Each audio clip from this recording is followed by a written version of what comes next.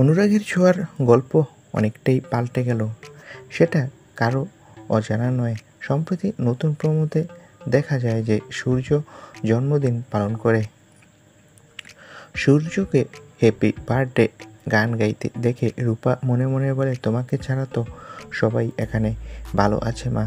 এদিকে সূর্য দীপার ছবির সামনে দাঁড়িয়ে বলে রূপাকে যে আমি এখনো খুঁজে পাইনি। এরপর দেখা যায় জন্মদিনে কেক ছুঁড়ে ফেলে দেয় সোনা। ঠিক তখনই রূপা এসে সূর্যকে বলে, আমি তোমার কাছে কোনোদিনও ফিরবো না বাবা। অর্থাৎ প্রমোতে বোঝা যাচ্ছে বড় হয়ে বিলেন তৈরি হয়েছে সোনা।